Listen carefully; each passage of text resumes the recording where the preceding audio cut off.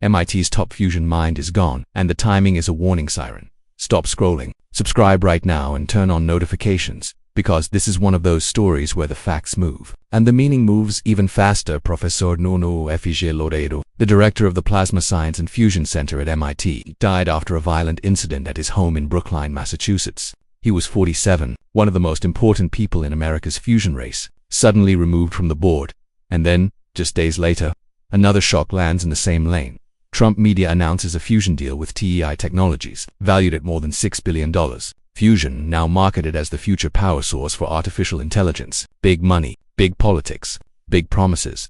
That timing is not a cute coincidence. It's an impact zone. Here's what's confirmed and clean. MIT publicly announced Loureiro's death and described the loss as devastating for the community. Authorities treated the case as a criminal investigation, and as the days unfolded, investigators also publicly named a suspect connected to a separate deadly incident at Brown University in Rhode Island. Same suspect, 2 locations, 2 institutions, and then the search ends with the suspect later found dead in New Hampshire. Motive, not publicly established in a way that answers the obvious question, why him? Now listen carefully, because this is where most coverage turns shallow. They'll keep it as a tragedy and move on. But you shouldn't, not if you want to understand what's actually happening in the United States right now. Fusion is not just physics anymore. Fusion is a money fight, a credibility fight, a regulation fight, a national advantage fight, and now an AI electricity fight.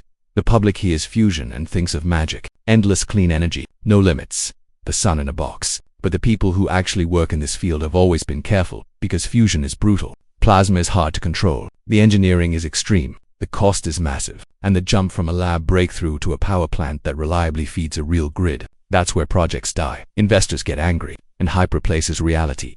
So when a central scientific leader dies in the middle of a hype-sensitive, money-heavy sprint, everything gets louder. The fear, the rumors, the pressure, the politics. And the pressure is already insane because of one simple fact. Artificial intelligence is eating electricity. Data centers don't run on vibes. They run on power. And every major player is hunting for new energy sources that scale fast, look clean, and don't trigger public backlash. That's why fusion is being sold as the answer.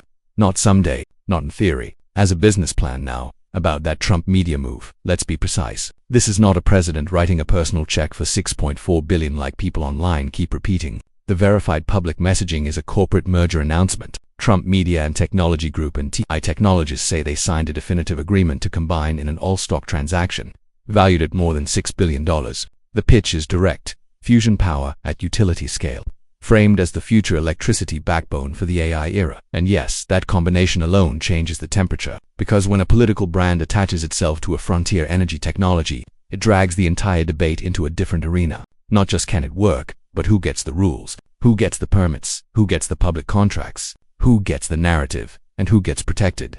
Now ask yourself this: if fusion is still developing, and the public is being asked to believe, invest, and reorganize expectations, who controls what you're allowed to believe? Because here's what's being said out loud. Fusion is the future, and here's what's not being said loud enough. The future is being financed before it's fully proven. That is not automatically evil, but it is dangerous. Because money hates uncertainty, and science lives inside uncertainty. When you smash those two together, people start cutting corners, not always in the lab, sometimes in communication, sometimes in governance, sometimes in security, sometimes in basic human attention to warning signs.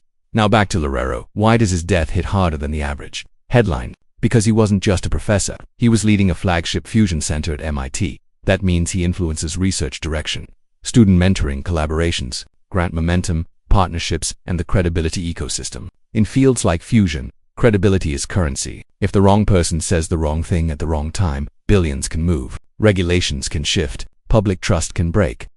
So when Loureiro dies, it creates a vacuum, and vacuums get filled, sometimes by good leadership, sometimes by louder marketing, sometimes by politics. Now let's talk about the part that creates the uneasy questions. Authorities publicly linked the suspect to 2 separate deadly incidents, one involving Brown University and one involving Loureiro at his home. That means this is not a simple random violence narrative. There was movement, there was selection, there was a path, and here comes the line nobody wants to face. Elite campuses and elite labs are not sealed bubbles anymore. People imagine MIT as a fortress of genius, Brown as a protected space of learning, but reality is uglier. Institutions are made of humans, and humans miss signals, systems fail, procedures are slower than obsession, and when an incident touches academia, it doesn't stay academic. It turns into national news. social media chaos, and fear that spreads faster than facts. So, here are the questions you should be asking while everyone else just repeats the surface. Why did the suspect move from a campus incident to a targeted incident involving a major fusion leader? What personal threat existed, if any? Was there an ignored warning, a missed intervention, a blind spot that will come out later? And what happens when the public hears fusion in the same breath as fear? Because that matters for the next phase: funding, trust, and policy. Now, let's do the analysis nobody wants to do because it's uncomfortable.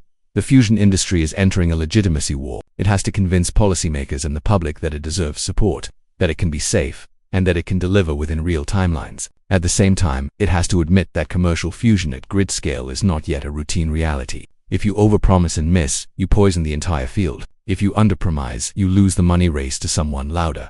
Now pour politics into that, and you get a new problem. Fusion becomes a tribal topic. People stop evaluating the technology and start evaluating the brand attached to it. That destroys rational debate. It also changes how regulators behave, how agencies get pressured, and how media frames the story. And then layer in the AI power crunch, and you get the final pressure cooker. Companies want electricity now, not in a decade. So the incentive becomes sell confidence, compress time, and dominate the narrative. That's why this week matters. Because a top fusion leader dies, and a major fusion business announcement drops almost immediately after, the public mind starts connecting dots even when the facts don't support wild claims. And that is exactly how misinformation grows, in the silence between confirmed facts and emotional timing. So what happens next? Two scenarios. Scenario 1. The moderate outcome.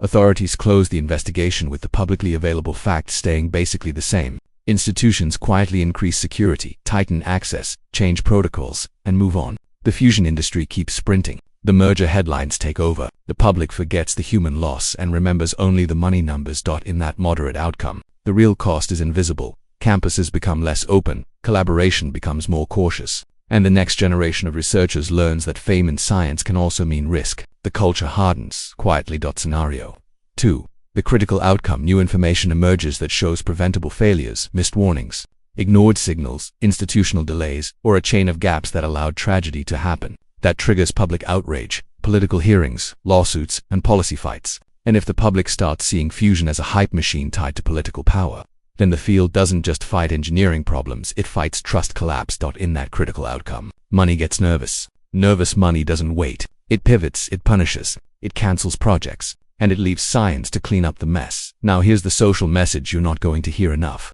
and it's simple and ruthless.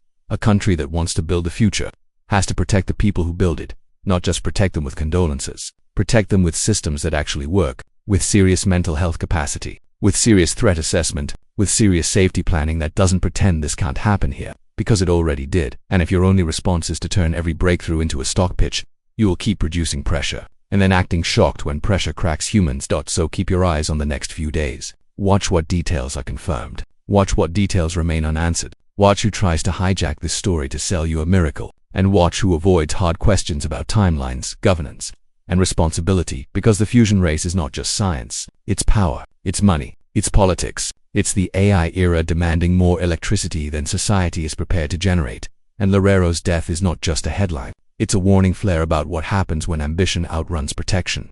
If you want coverage that cuts through the noise, subscribe right now, share this, and stay locked in, because what happens next won't be decided in some distant future. It will be decided in the next meetings, the next announcements, and the next moves behind closed doors. And that is where the real story is.